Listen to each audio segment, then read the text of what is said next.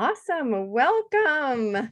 Hello, I am Heather Pierce Campbell, the legal website warrior, an attorney and legal coach based here in Seattle, Washington, serving entrepreneurs throughout the US and around the world.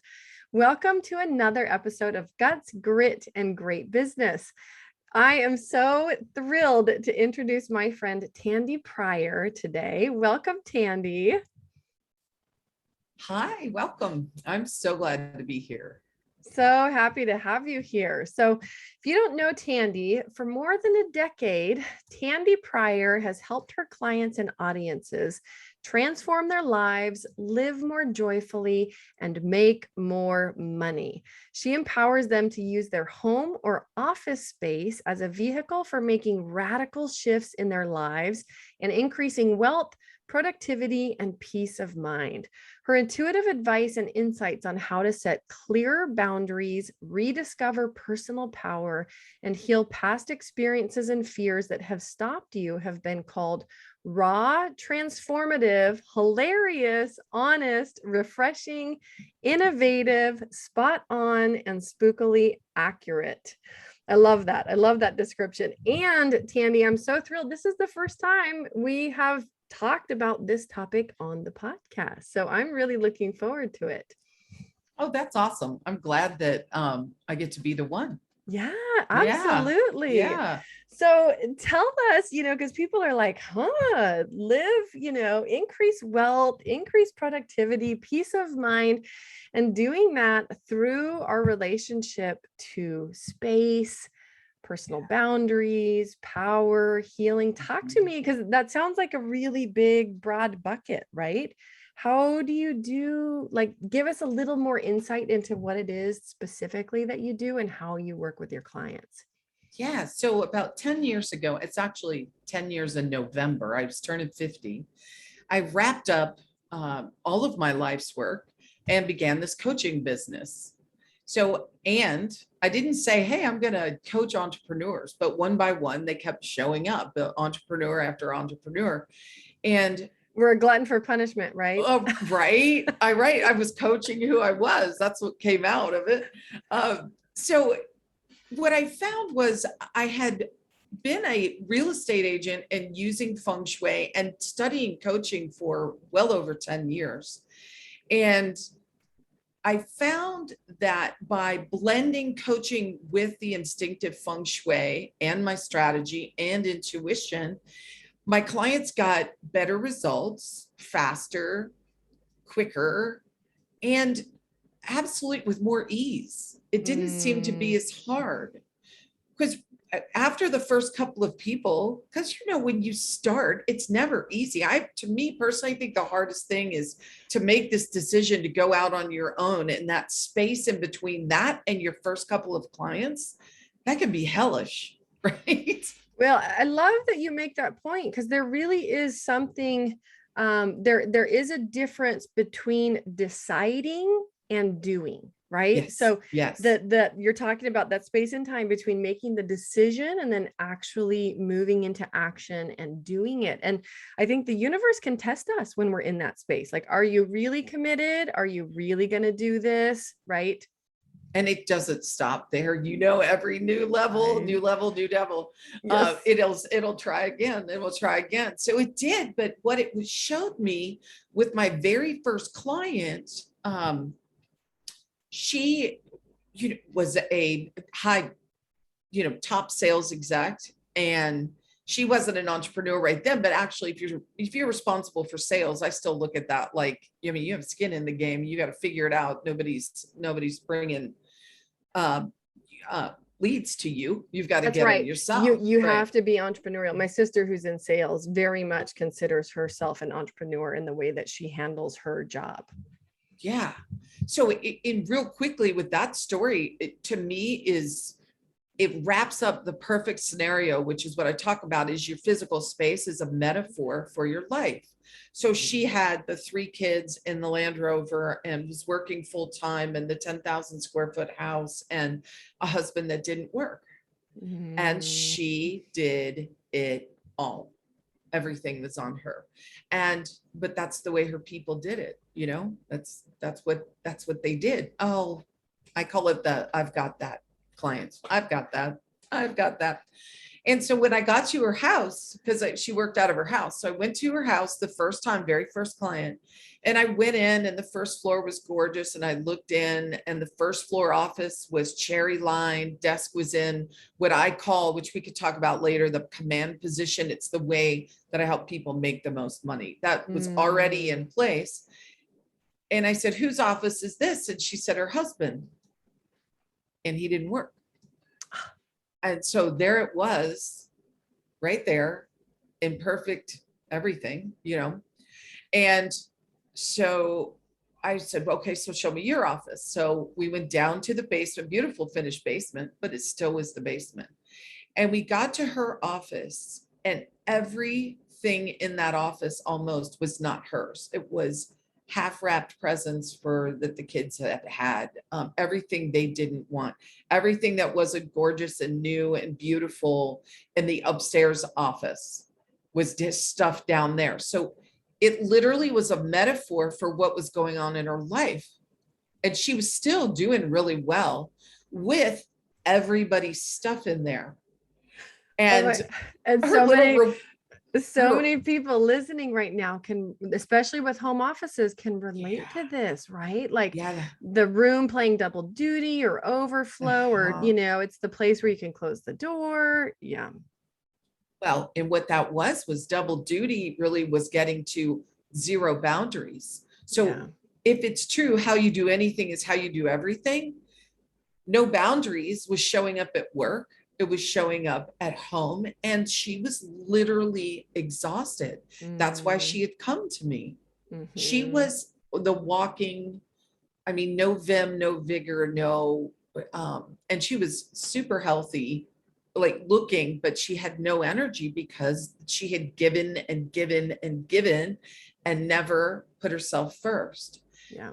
So using her office, she moved everything else that day after I left. I don't clear people's stuff out or anything like that, but tell them. But she made baskets for everybody. I did tell her that, and they were lined up outside in the hallway. And she said, you have 3 days or they're gone.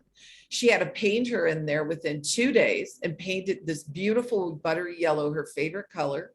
We repositioned her desk and put all of her accolades out and put her, what I call, like, again, the command position, which is a solid wall behind you, facing the door, but not necessarily in direct line with the door, using the principles of feng shui. That's what I use with all of this. So, and she framed her kids' art. So while she was working, the wall that she was looking at supported her and inspired her to continue to do well and make money. And so within that office, everything that we talk about in business was there. She literally doubled her money. She learned to say no. You don't just all of a sudden, most people think, well, I can't say no. They're going to think I'm a bitch, and it's no. Yeah. You really do. It's like flexing a muscle. So this was the beginning of all of those things. Earning more, taking her power back in her life and in her business. And that's an example of how using the physical space. And I do 15 stories like that of different things. Yeah. Well, question for you, because I really love your description of how you brought all of this to bear in your work, right? So your knowledge and expertise in feng shui, in, your intuitive sense that you bring to your coaching. I know there were a couple of other elements there, but how did you decide because I think a lot of people in their work kind of sever certain parts of themselves or certain talents that they have, right? They don't incorporate everything into their work, but sounds like you do that in a really fun and interesting way. Was that by accident? Was it intentional? That's a really good question. And it wasn't by accident. I had, just real quick, I feel like my whole life has been training me for this. And I pulled it together at 50. I had a near-death experience in my 30s. I was adopted at birth. So to say that I search for the truth and I'm good at it would be an understatement. because I was part of with the closed adoption. I had really great parents, but I needed to know. So Yeah. that was the first step with that. I had a near-death experience in my 30s that really woke up during childbirth with my older son. And after that, I had what you would call, I mean, it was a full-on spiritual awakening. I knew things, I could see things, I could understand things. And I had some of that growing up, but I think I had shut it down. And that was a full-on kick in the pants. And I ended up divorced, several years after that experience. So from 40 to 50, I think it was gearing me up to do this. And at 50, I brought the feng shui, the lifelong entrepreneur and search for truth. And I'd been my first landmark education.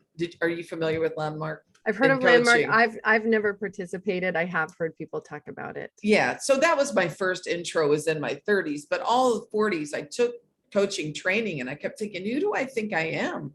I can't do that. I'm a single mom with 3 kids. And I had a coach that literally asked me, when I was a free session, and it was the second session, and she asked me, when are you going to quit hiding? And I was literally in the basement with all 3 kids upstairs. And I was hiding in the basement to have this call. And I'm like, I guess I'm not hiding anymore. And I went out the next week and I got my first client. And it really was a heart connection. I could feel it. And I knew that I was destined to do this work. And it's evolved and grown. And since then, my kids have left the nest and I've had a bout of breast cancer, and my business is still moving along and thriving. Yeah, that's amazing. Well, I love the description of like really feeling like you were finally doing the work that you're here to do, right? Yeah, there's nothing that equals that feeling, I don't think. Yeah. And I still know that I'm here to do it. It's shifting and changing. These times are really odd. And I can feel that it's shifting and changing and probably deepening to the next level. Yeah. Well, and I think, when we were chatting briefly before we went live, I think that can happen to us all in a variety of ways in life, but especially in times of compression or challenge or, constraint of any kind, we get to look at things with a new lens of like, what is essential? What do I really want to be doing? What do I really need to be doing with my time? Is this it? Tell us about, because I'd love for people that are listening, like myself, like I feel like I've read a few basics over the years, but I do not know much at all about feng shui. Walk us through some of the components, like when you're working with clients and teaching them about some basics that could really, especially right now with people working from home so much. And I'm sure, I've struggled with this over the years. How do you create a space at home that you love, that feels clear, that empowers you to do your work and doesn't get in the way of you doing your work? Yeah, well, I think if you look at the physical space as a metaphor for how you're living and what you want to bring in. I mean, your physical space is a collection of who you are, where you've been, and it helps me see where you want to go with the work that I do. But first and foremost, when you said that, like I said, everything's changing and deepening with people working at home still or having kids at home. So the first thing that came to mind, and I wouldn't necessarily have started with this, is to have real clear boundaries about your own value. I think it's very important, no matter whether you are the main breadwinner or not as much, you still deserve to have your own space. And hopefully you can have a door to shut, to that space. But if you don't, then you still designate it with plants or a rug, but you create your own space. And I think that's one of the most empowering things about working at home. In the last year, I've helped a lot of people create amazing spaces. It really is getting your own value and your own worth and speaking up for what you need so you can create. never in the world have we ever had a bigger calling for everybody with your own talent. And yes, everybody has their own unique talent to bring it out into the world. So to have a physical space that supports you in doing that is insurmountable. Yeah. Oh, it's so essential. And having a place where you feel good showing up to do work, right? For a time, I was in a back bedroom because of COVID, we kind of refinagled the house a bit, and we have a room upstairs that had been previously my office. It was a larger space, access to light, all of that. But we realized with COVID and kids being here full time, we needed a space outside of the normal living space where we could shut toys away, they could go play, do all of that. So we moved my office down into the basement, and the front of the house has pretty good access to light. The back of the house does not. And so I was in a small bedroom that became my office.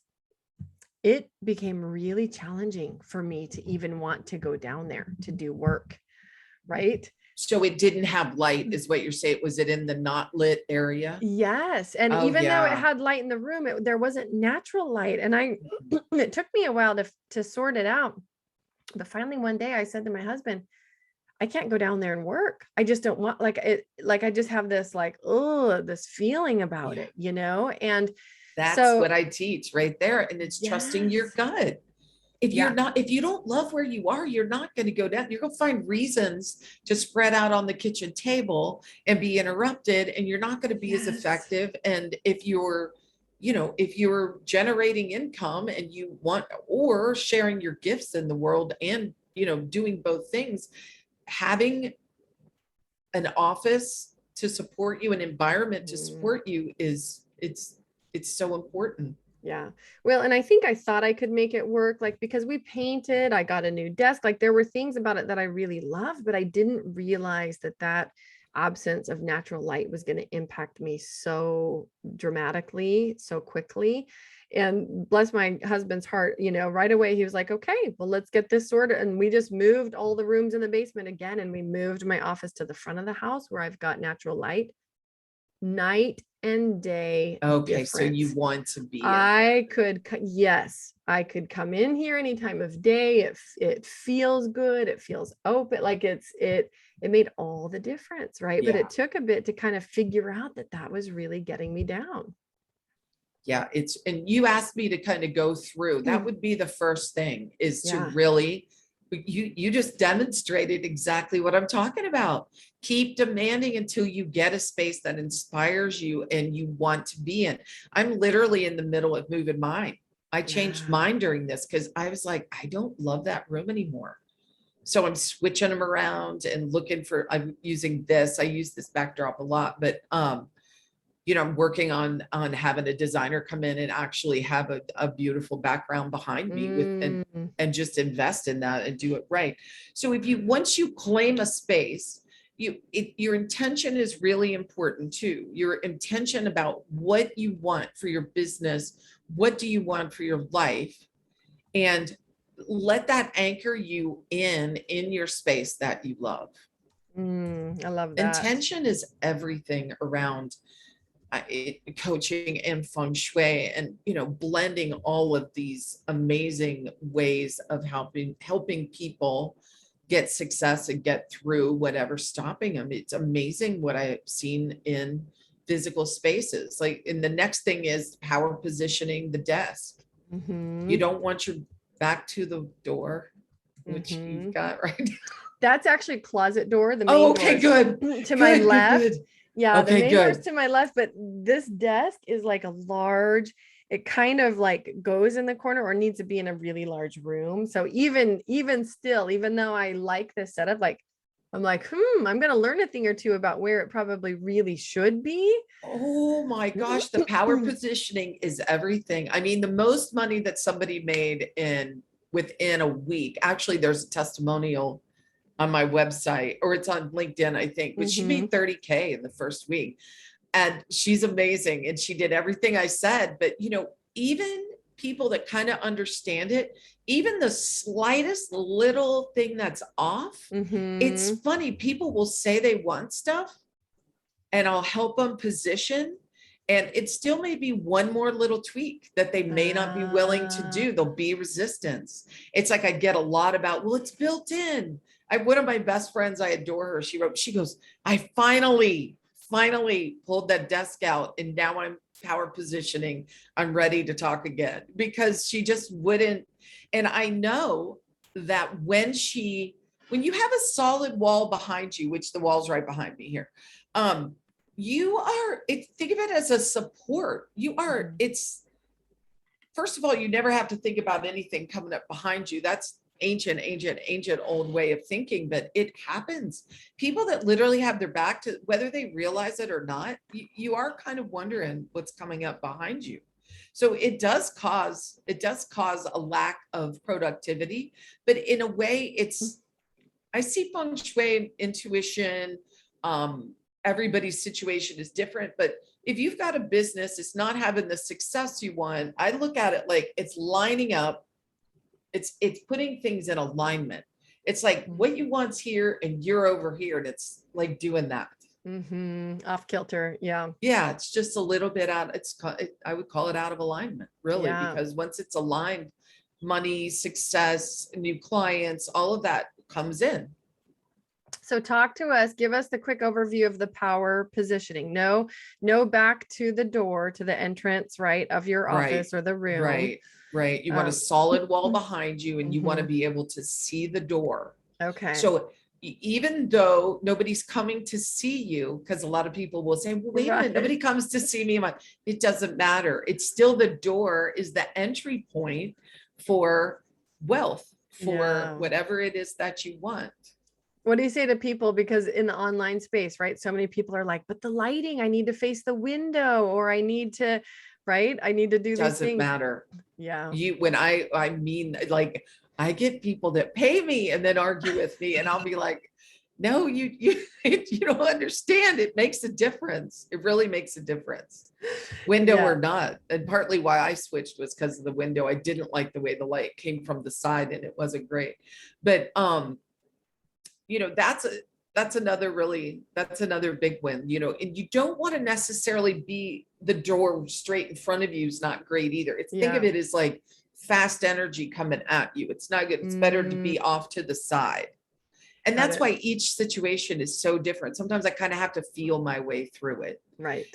Yeah. Right. And there's 8 schools of feng shui plus. There's new, and I'm taught in what's called instinctive feng shui. So it's a more westernized version. So it really, at the base of it, is that honors the fact that you know intuitively what's best for your space. And then we work with that, teaching, moving, shifting, and So good stuff. It is, but I think the importance of this really cannot be overstated, because for anybody listening who, like me, has had your house in disarray for any period of time, right? We're in the middle of COVID. My kids, actually today was the first day that my daughter, who turned 4 this summer, went to school. She's never been to school before because she and her brother were home last year during COVID. So there's some big changes. I'm still a little bit nervous about all of that, but what it has meant is that for a year and a half, we've all been doing everything at home.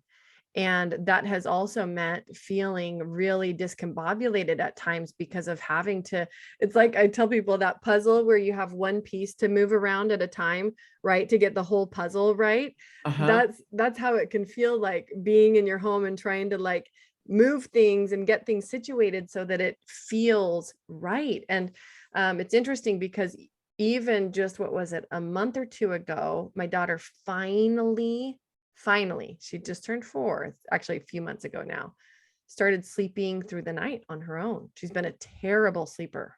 So she's sleeping through the night, and we put her in her own little bedroom, got it all set up and painted, and it meant refinagling the bedrooms around. And so our bedroom, like, is actually back in the master bedroom space where it's supposed to be. That one change has changed the way our entire house feels. The amount of peace that we have in the house, like it has been dramatic. I cannot say it enough how dramatic it has been to make that change.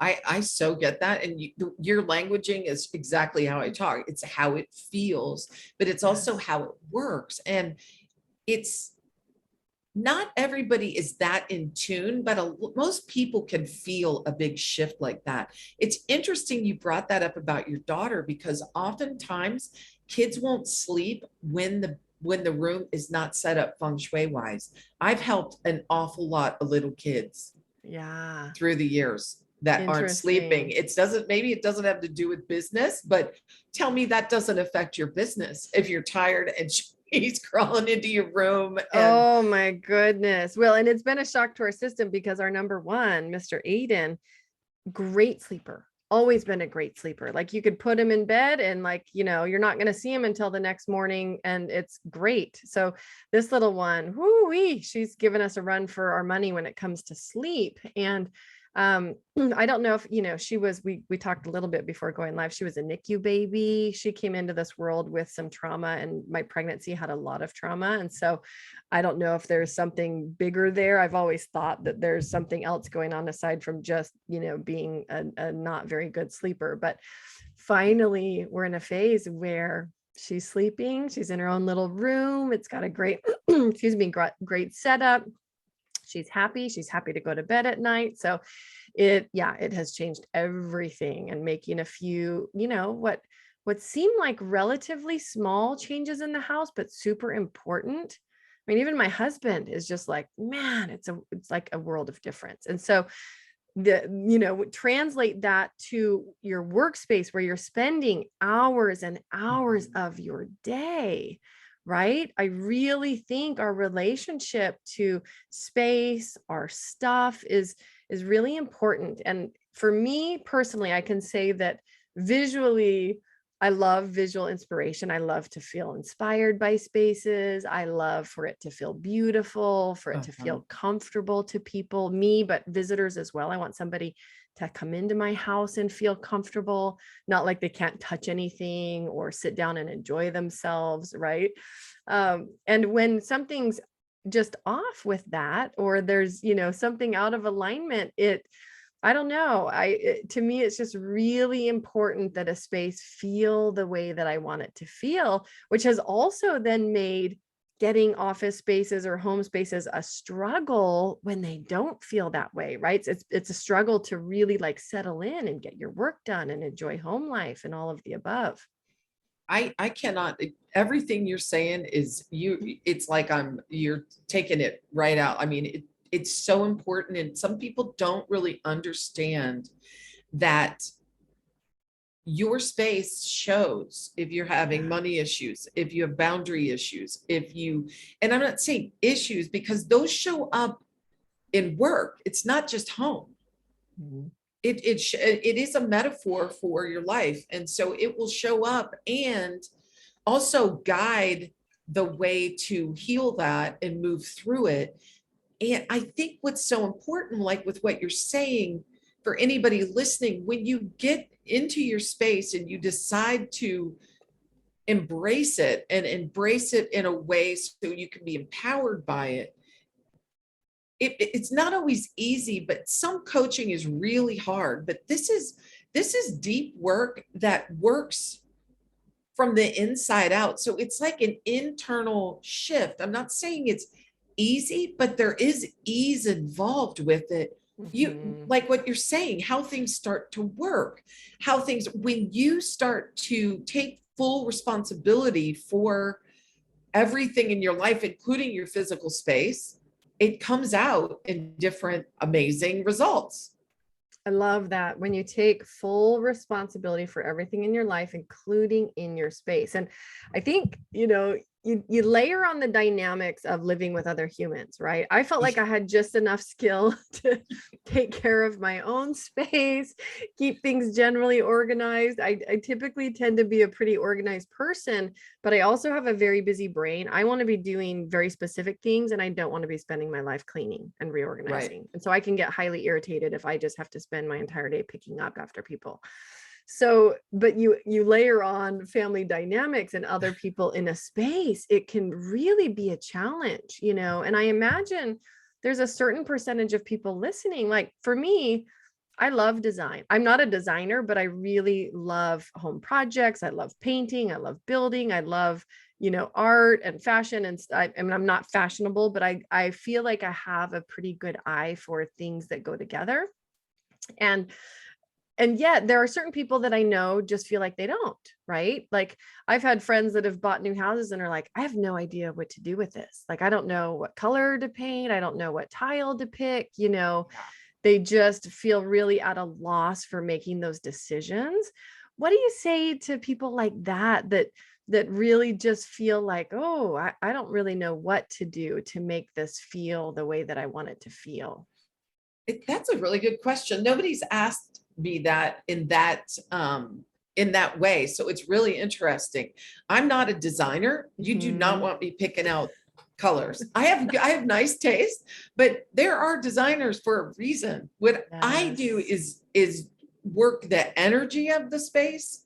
So there's different layering. You have people, I have people that I refer to that will pull a space together design wise.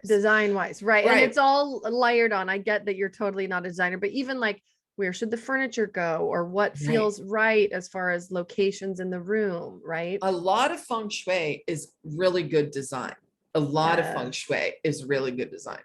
And I can help in offices and that type of thing, but like I'm hiring somebody to help me pull it together to have the look that I want. That's not my jam.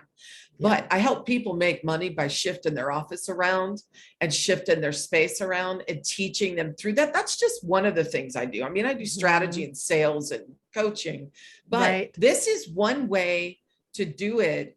I feel like a lot of times people have been looking in the wrong place. Yeah, really. So if you asked me that, like, what do you do with people? First of all, what's your intention? What do you want for the space? Do you want a really hot rockin' relationship?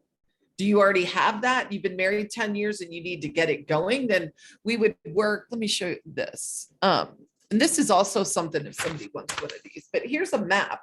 Oh, I love and it's that. the Bagua map in the way I was taught. I call it the empowerment map. And so there's 9 areas of your life. So you get your intention. Like, what do you want? Do you want this to be a house of family? Do you want a house for money, intuition? There's all these different things. So it has to do with your intention. Yeah. And then you build from there. But I don't think in our culture, I feel like we've lost a lot of the traditions around claiming that, like, bigger isn't always better. It's small, big or small, it doesn't matter. You can make it an amazing space, right? But it's bringing yourself to it and knowing when to hire experts. Like, how does that work for your life? What do you want in your life and in your work? Well, those things are important. Totally. And being able to recognize, like, oh, this is the point where I need help because I keep getting stuck here, or I'm not making this shift that I want to make. And I think, one of the things as we talk that I realize about space, about our stuff, anybody who's ever like struggled with even just clearing out clutter. And I know this is not a conversation about clutter, but I feel like one of the fastest ways to make a dramatic shift, even internally in the way that you feel, is by making adjustments to our space, right? Absolutely. And the clutter is huge. Like, let's say, and we've kind of gone around this, we've talked about it, but if you wanted, like, if people listening wanted to create the space, create a space, like, let's do top 4 or 5, whatever. First of all, is claiming the space, right? And claiming that your own value and your own power within your home and within your family. Sometimes that is harder than what we think, right? Yes, especially if you have to negotiate for that. Right. And that comes out in your work. Wise, if you're deferring at home, you're less powerful in your sales conversations and less powerful at the table that you worked your tail off to get to the table. And then you aren't as powerful when you get to work because you deferred. So that would be first. And then, so claim it, set your intention. And third is clean, clear, and decluttered. You don't start any feng shui without clean, clear, and decluttered. There's no point. Yeah. I love Right. it. And then the power positioning. So those are like the top tips, like of what I would do today. But Yeah. there's two things. There's the personal feng shui, and then there's the business feng shui. Because if it's personal feng shui and you were like, where's one room that you would go in, it would be the master bedroom every time. I need to write a book about the Right? things Where that I is have. the book? Right? The bedside tables will tell me every time what's going on in the relationship. So Is it equal? Is it interesting. not? Is it? Yeah, it's So pretty amazing. interesting. I bet. Well, and I love that as a starting point. And I do want to segue into the other areas that you focus on with clients. And I know you and I were talking about this before we went live, that what shows up in our business life and our limits and our success has entirely to do with our personal growth and our personal capacity for learning more, growing bigger, expanding our skills or our boundaries or our beliefs or whatever, right? For sure. Over the last 10 years, when I look at the people that were the most successful that I've worked with, they were willing to go there. They were willing to look at the personal issues that were holding them back, either from the past or the current situation that was brought on by not making peace with the past and shifting it up. And then it doesn't mean everything has to end, but a lot of times you need to retrain people around you. Doesn't mean get divorced, doesn't mean, but I see oftentimes it's the business is personal. The personal breakthroughs equal the business breakthroughs with my clients almost 100% at the time. Right. And it continues on. Yeah. And I think, I mean, people have said this in other ways, right? I think Oprah has described it as like the brick in the face or the 2x4 in the face, right? Is usually happening, I think, because of issues or stagnant growth in our personal lives, right? It translates into other ways, into various parts of our life, could be career as well. But it is so interesting when you start digging into, and I really enjoy talking with people about business, right? I do it all the time on this podcast, off the podcast, with my sister, with my hubby, with everybody in my immediate life that is in a career or business of some kind. And it's so fascinating how many plateaus in our growth, in our career advancement, in our business really have to do with one of these lessons that you're talking about. Establishing boundaries, claiming your space. If you're a woman and you're in sales and you're not able to claim, like, you're not going anywhere if you can't claim your space and have difficult conversations with people, including your supervisor or your boss or your micromanager. And I've seen people hustle, grind, get to the table, and then that energy doesn't work anymore, because oftentimes there's bosses or coworkers that treat them exactly like their father that they didn't have a great relationship, or their brother that was putting them down all the time. I cannot, after 10 years, I have seen that so many times. They'll always have one person that keeps them small, either at home or at work. And until you get the boundaries, you get the inner power to say, you're there, but we're not going to interact in that old way. Right. The pattern, it's, what I say is the pattern keeps showing up until you deal with the pattern. Right. And it's going to show up in different ways and with different people, but you have to deal with the pattern because it's a life lesson. It's a life lesson. And people, places, and things. That's another thing we didn't talk about that's super important, though. In your office or in your workspace, I have people take stock of what's around them. You would not believe the things that from the past that they don't like. There'll be, an piece of art or something, or a piece of furniture from someone who wasn't nice to them, or because they've passed on, they inherited it, they didn't even want it. That is not intentional. So intentional, surround yourself with intentional things for an intentional life. And then these business breakthroughs by the personal growth, it happens every single time. Yeah. So on the people, places, and things, right? We've talked a little bit about people just now, a lot about things. Talk to me about places. Are you talking about like immediate placement? Is that what we're talking about, like office, home, or is it bigger than that? What's the conversation around people, places, and things? That's a good question, because it can be all of that. Sometimes you need to move. Yeah. Sometimes you don't need to move, because everywhere you go, there you are. But I do believe that sometimes if you feel the need to move, you need to move. You know, Yes. you need to move. But yeah, places, when I say places, it's like what we talked about earlier. It means claiming your space, claiming your physical space, having boundaries. I hear it all the time where people, one part of the couple is a clutter bug and the other one isn't. That's a boundary. You have to have areas that are off limits to the clutter bugs. You do. Yes. I'm a pile maker. I'm never, Oh, ever not going to make piles. It's just I've accepted it. I just look at where the pile is. There's not tons of them, but I have a tendency to have piles. I always have.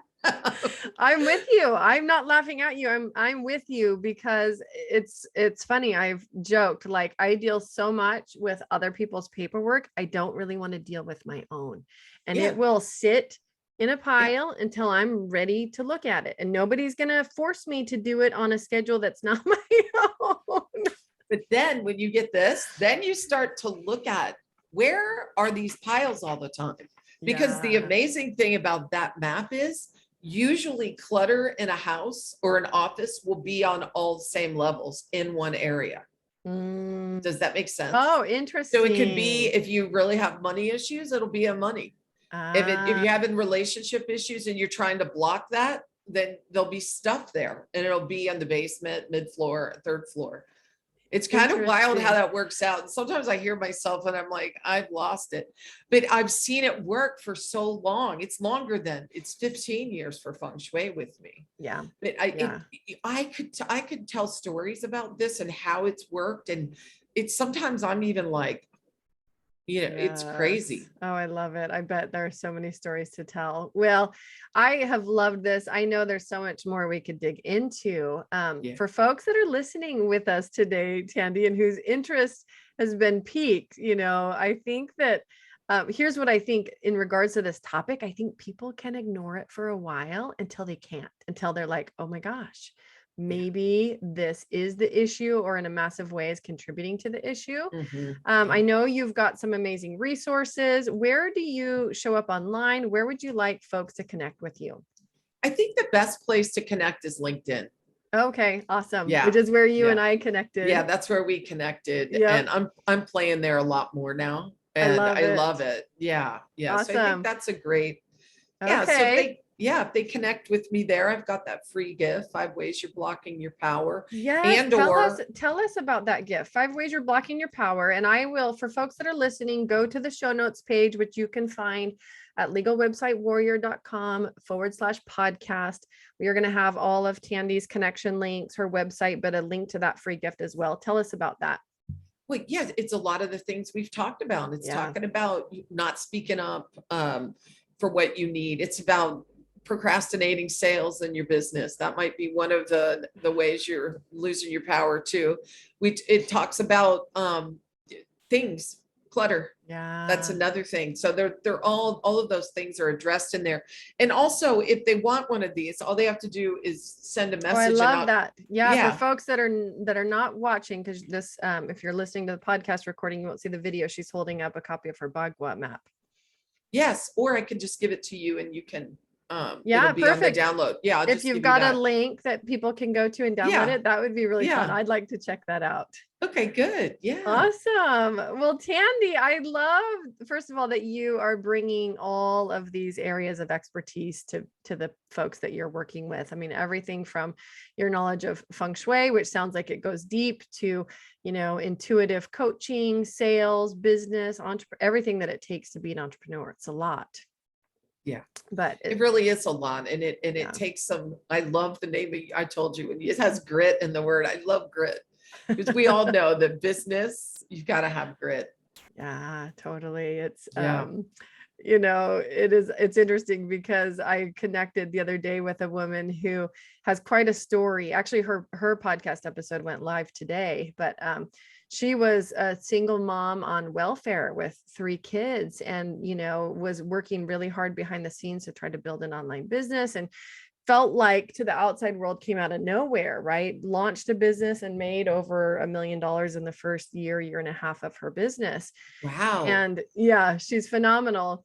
And she'd been at it, learning Pinterest, learning Facebook advertising, learning these little things that all helped her connect the dots and creating and slowly stepping out, this online business. But, she joked like the adage, or the, however you say that phrase, the adage that we all hear around, it takes 10 years to become an overnight success. I mean, in some instances, way longer than that, but she's like, I'd been at it for at least 10 years. Yeah. And, the idea that anything can be done, I think, overnight and have results. There are some things, but when it comes to business, that's generally not one of them. It takes really a commitment to your path to build something that's worth having around for a while. Sure does. In my case, for sure, I'm at the 10-year mark in November, turning 60 and 10 years in business. Oh, that's so exciting. Yeah. Congrats on the upcoming 10 years. That's amazing. Yeah. I love the name. I love Guts Grit business. I love the name of your podcast. It's awesome. Oh, thank you. Yeah, I have fun with words. And so even choosing my initial branding, the legal website Warrior, it just clicked for me, and Guts Grit and Great Business was another one. Yeah. Tandy, what final takeaways? Like it could be action steps, takeaways for folks that are listening. What do you want them to either go do or think about right now based on this conversation? I think that there are so many gifts in claiming and understanding your physical space and understanding that it is a physical manifestation of your inner world. Mm. And when you get that and you begin to use your intention and take action to have it work with you and for you, it can be life-changing. Oh, yeah. Well, and even just thinking that, like for me, I'm like, oh, everything in my house is a physical manifestation of what's in my inner world. I better go clean this up, right? Yeah. But it really powerful to think of it that way. Really, really powerful. Tandy, such a joy to connect with you. Thanks for popping on here for a conversation about your work, about this really important and interesting topic, especially for all of us right now who are doing any work from home. It's really, really important. Thank you. And thank you for having me and for holding the space for us to get together. And I can't wait to listen to the one that came out today. I'm going to go listen to it tonight. Oh, you'll enjoy it. Yeah. Absolutely. Great to see you, Tandy. Thank you again. Thank you.